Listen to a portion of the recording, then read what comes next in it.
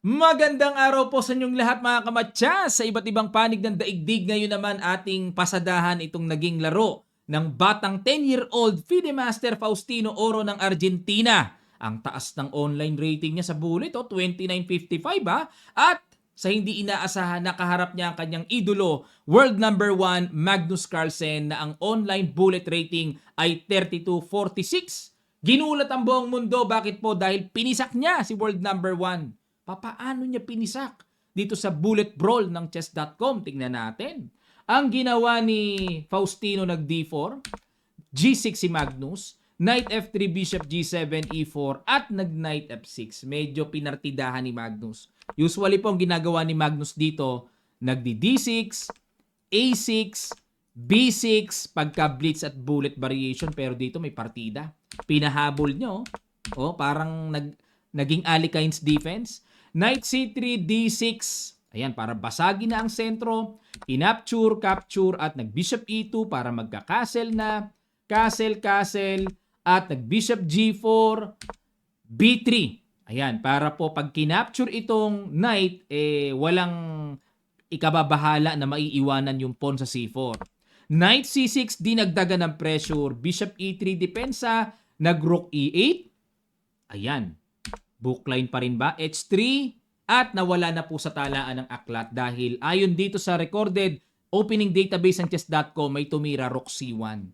Okay? Pero ngayon pa lang naganap itong H3 ni Faustino.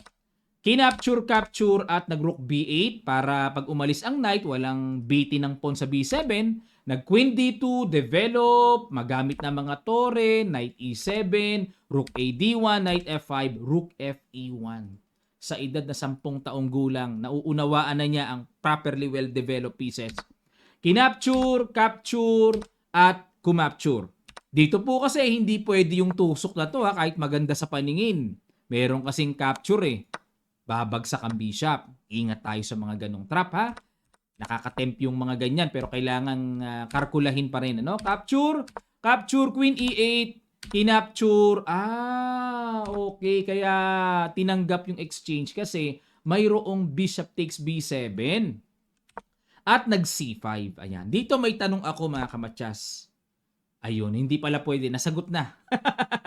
Kala ko pwede. Pag chumik pala, nakapasingaw na nga pala. Unang tingin ko walang pasingaw ayan, nag C5 para i-pressure ang pawn at nag knight B5. Depensa na, may atake pa, dalawa. At nag rook E7, istorbo muna. At nag bishop F3. Dito po kasi, kung ka-capture sa D6, para depensado na rin at the same time, may bishop takes D4. Na dito, baka madelikado pa ang puti kasi may paparating na rook E2, mga ganon-ganon.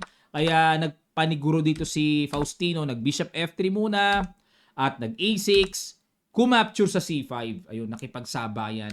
Capture, knight D6 at nag rook D7, nagpin, knight E4, nakipag-opera ng exchange, tinanggap ni Magnus. Then nag bishop D4 para depensahan ang pawn, nag king F1. Syempre, endgame na, usapang king position na po ito. King must be active. Knight F2. Ayan, lilipat sa D3. Nag A5 para nagbabadya na babasag sa queen side. Knight D3, Knight C8. Hanap si Magnus ng magandang pagmamaniobrahan ng Knight. Bishop C2, Knight C3, and nag A4 para makasiguradong walang matatangay dyan. Nag Knight A2, G4, King F6, at nag Knight D3, Knight C3 ulit, at nag Knight C1. Ayun, iikot, pupunta yata dito sa E2, at nag Knight A2 si Magnus, napabilis ng tira. Nature kasi sa 1 minute yun Kung minsan kakarga ka ng pre-moves, ibig sabihin po, hindi pa natira yung kalaban mo, bira ka na kagad ng tira para pag tumira yung kalaban mo, kagat lang ng milliseconds, makakatira ka na kasi nag-pre-move ka Tingin ko naka-pre-move si Magnus ng Knight A2. Napakain ng Knight ng buong buo.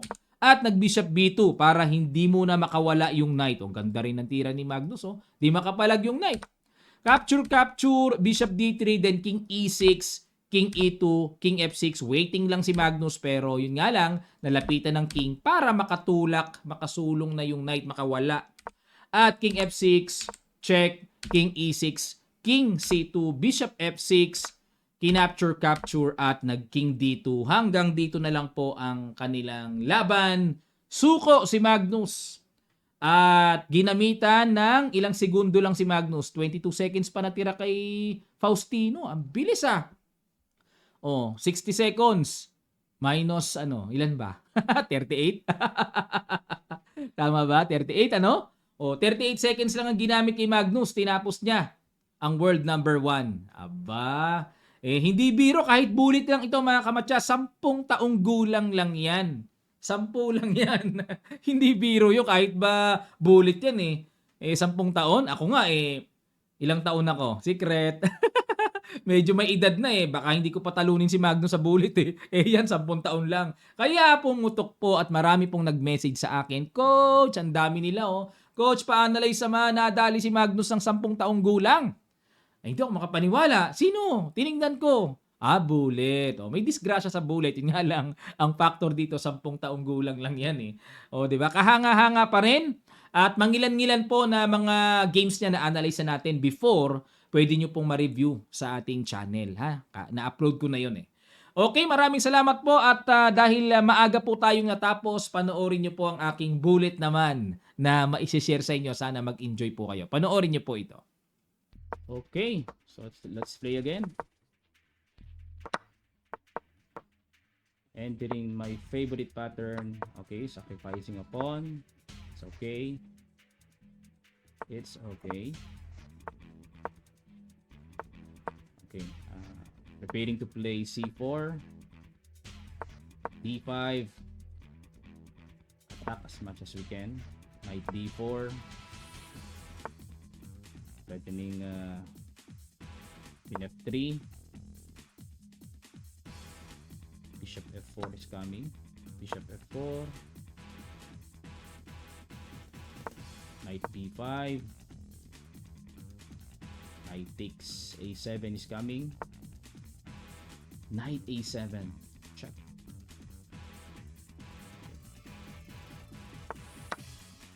capture, rook AC1, rook AC1 is coming,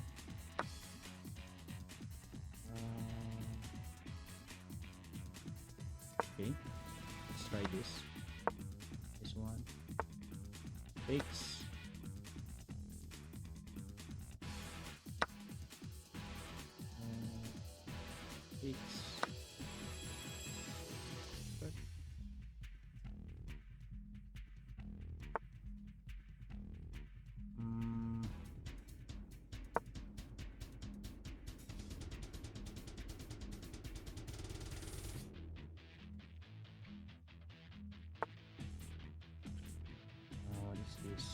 check,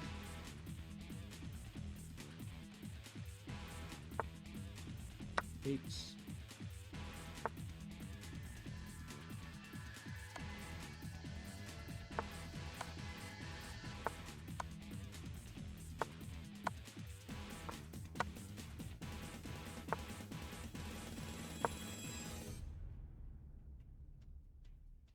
okay. Win on time. The position was too aggressive.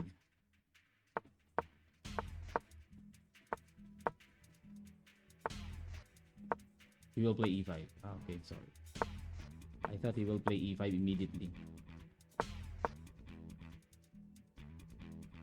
B5 is coming.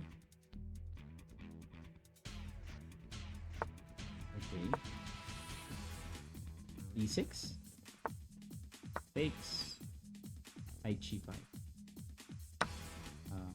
Here.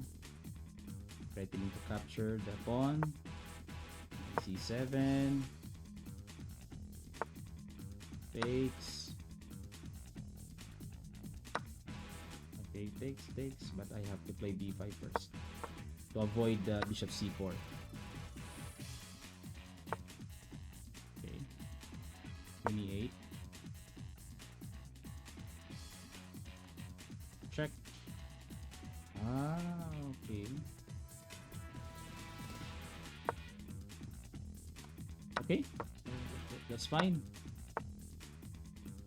B4, bishop B7,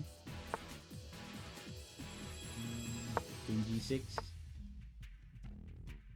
Bishop takes. Knight E6. Takes. Rook G8.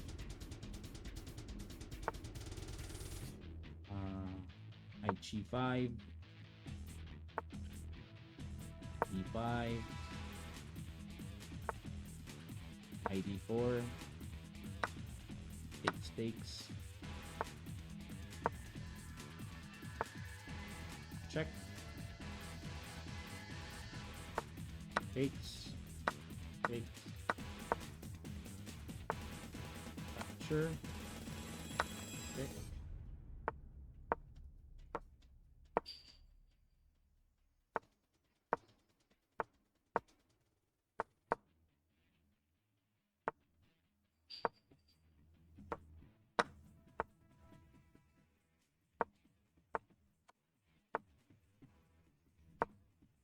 Okay.